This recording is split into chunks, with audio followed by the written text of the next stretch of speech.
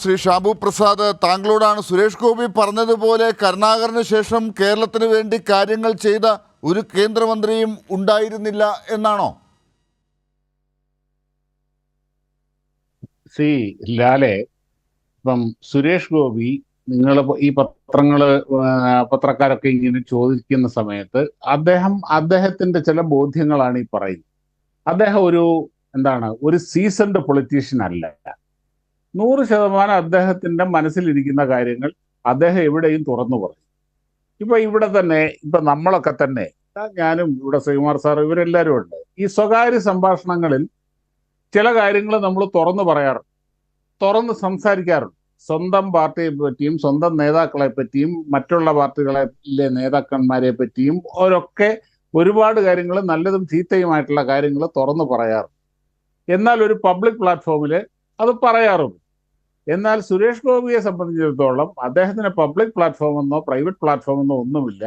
എവിടെയും അദ്ദേഹത്തിന് തോന്നുന്ന കാര്യങ്ങൾ അദ്ദേഹം തുറന്നു പറയും.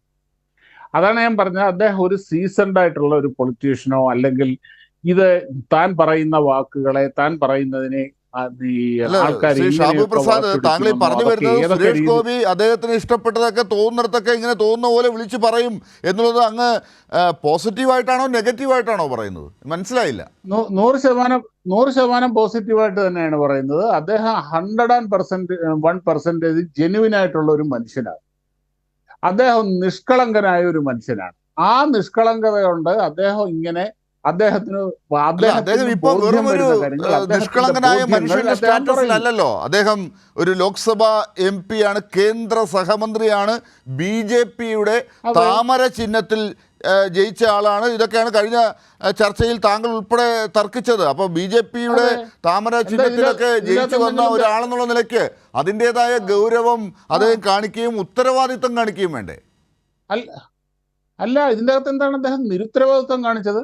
അപ്പൊ അങ്ങനെ അതാണ് അറിയേണ്ടത്. അപ്പൊ അദ്ദേഹം ഉത്തരവാദിത്വത്തോടു കൂടി പറഞ്ഞ കാര്യങ്ങൾ ശരിയാണോ എന്നാണ് അറിയേണ്ടത്. പറയുന്നത് കേൾക്കൂ.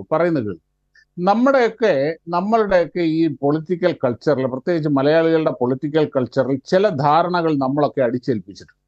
അതായത് എതിർ പാർട്ടിയിലെ ഒരാളെ പറ്റി ഒരിക്കലും നല്ലത് പറയാൻ പാടില്ല, അങ്ങനെ പറഞ്ഞാൽ അത് പാർട്ടി വിരുദ്ധതയാണ്, ഇങ്ങനെയൊക്കെ. അതായത് ഇപ്പൊ നിങ്ങളുടെ പാർട്ടിയിൽ നിന്ന് CPM-ൽ നിന്ന് എന്തിനാണ് അബ്ദുള്ള കുട്ടിയെ പുറത്താക്കിയത്? എന്തിനാണ്? നരേന്ദ്രമോദിയെ പറ്റി നല്ലത് പറഞ്ഞതിന്.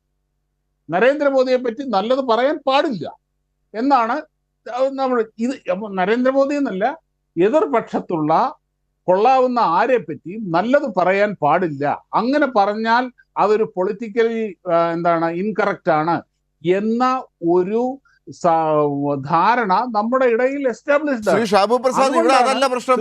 ഇവിടെ ഇപ്പോ കരുണാകരനെയോ ഇന്ദിരാഗാന്ധിയെയോ പുകഴ്ത്തി എന്നുള്ളതല്ല ഇവിടുത്തെ പ്രശ്നം.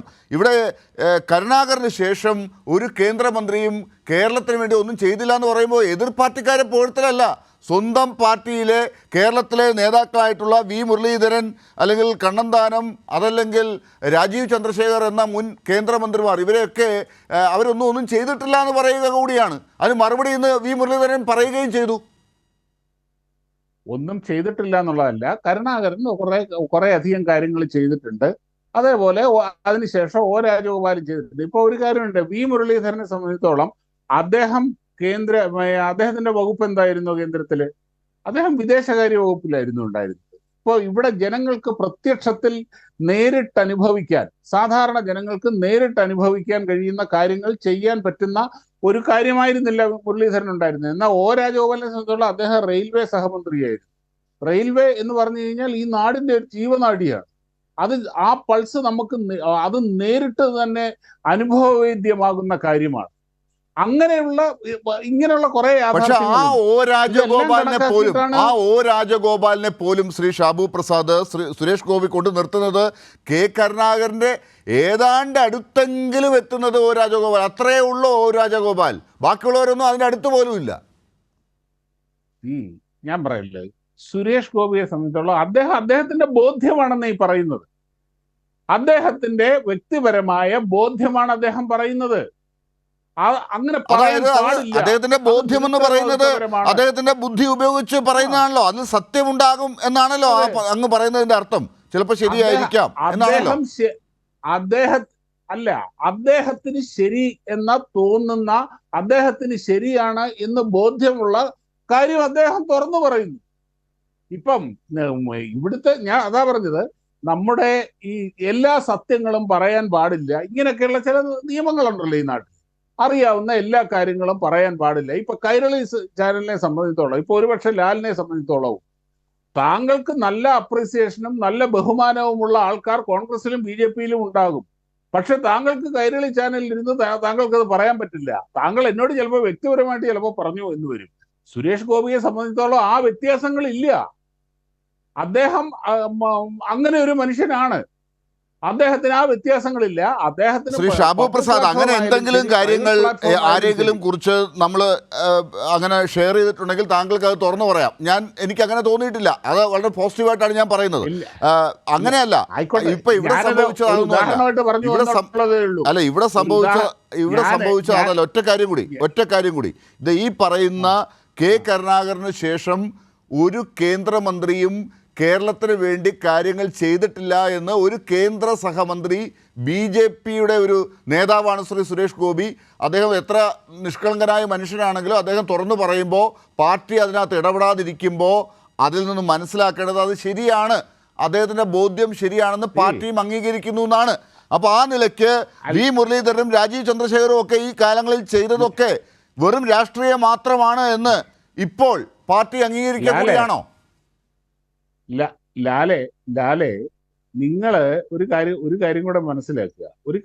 എന്തായാലും താങ്കൾ ഇപ്പോഴെങ്കിലും കൈരളി ചാനലിലൂടെ ഇപ്പൊ സുരേഷ് ഗോപി പറഞ്ഞതല്ല സത്യം, രാജീവ് ചന്ദ്രശേഖറും വി മുരളീധരനും ഒക്കെ ഒരുപാട് കാര്യങ്ങൾ ചെയ്തിട്ടുണ്ട് എന്ന് വ്യംഗ്യമായിട്ടെങ്കിലും താങ്കൾ പറയുന്നതിൻ്റെ അകത്ത് സന്തോഷമുണ്ട്.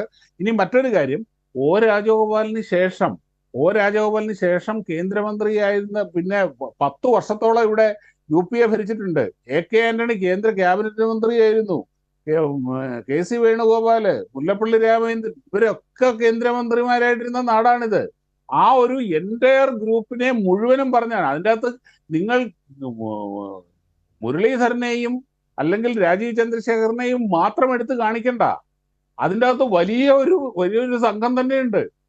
അല്ല, അത് BJP-യോടൊപ്പം നിൽക്കുന്ന ശ്രീ സുരേഷ് ഗോപി BJP-യുടെ മന്ത്രിമാരെ തള്ളി പറയുമ്പോഴാണ് അത് വാർത്തയാകുന്നത്. മറ്റ് കോൺഗ്രസിനെ കുറിച്ച് പറയുന്നത് നമുക്ക് മനസ്സിലാക്കാം അത് രാഷ്ട്രീയമാണെന്ന് പറയാം. ഒരു പാർട്ടിയെയും അതിൻ്റെ അകത്ത് എടുത്തു പറഞ്ഞിട്ടില്ല. ഒരു പാർട്ടിയെയും അതിൻ്റെ അകത്ത് എടുത്തു പറഞ്ഞിട്ടില്ല. അദ്ദേഹം, ഞാൻ പറഞ്ഞല്ലോ, ഇപ്പൊ അതിൻ്റെ അകത്തെ ശരിതെറ്റുകളൊക്കെ അദ്ദേഹം തീരുമാനിക്കേണ്ടത്. അദ്ദേഹത്തിന് തോന്നിയ കാര്യം, അദ്ദേഹത്തിന് ബോധ്യം വന്ന കാര്യം, അദ്ദേഹത്തിന് ശരിയെന്ന് വിശ്വസിക്കുന്ന ഒരു കാര്യം അദ്ദേഹം തുറന്നു പറയുന്നു. അത് ചിലപ്പോൾ പ്രൈവറ്റ് പ്ലാറ്റ്ഫോമുകളിൽ, പലരും പ്രൈവറ്റ് പ്ലാറ്റ്ഫോമുകളിൽ മാത്രം പറയുന്ന കാര്യം, അദ്ദേഹത്തിന് പ്രൈവറ്റ് എന്നോ പബ്ലിക് എന്നോ ഇല്ല. അദ്ദേഹം എപ്പോഴും എല്ലായിടത്തും ഒരേപോലെ പെരുമാറുന്നു.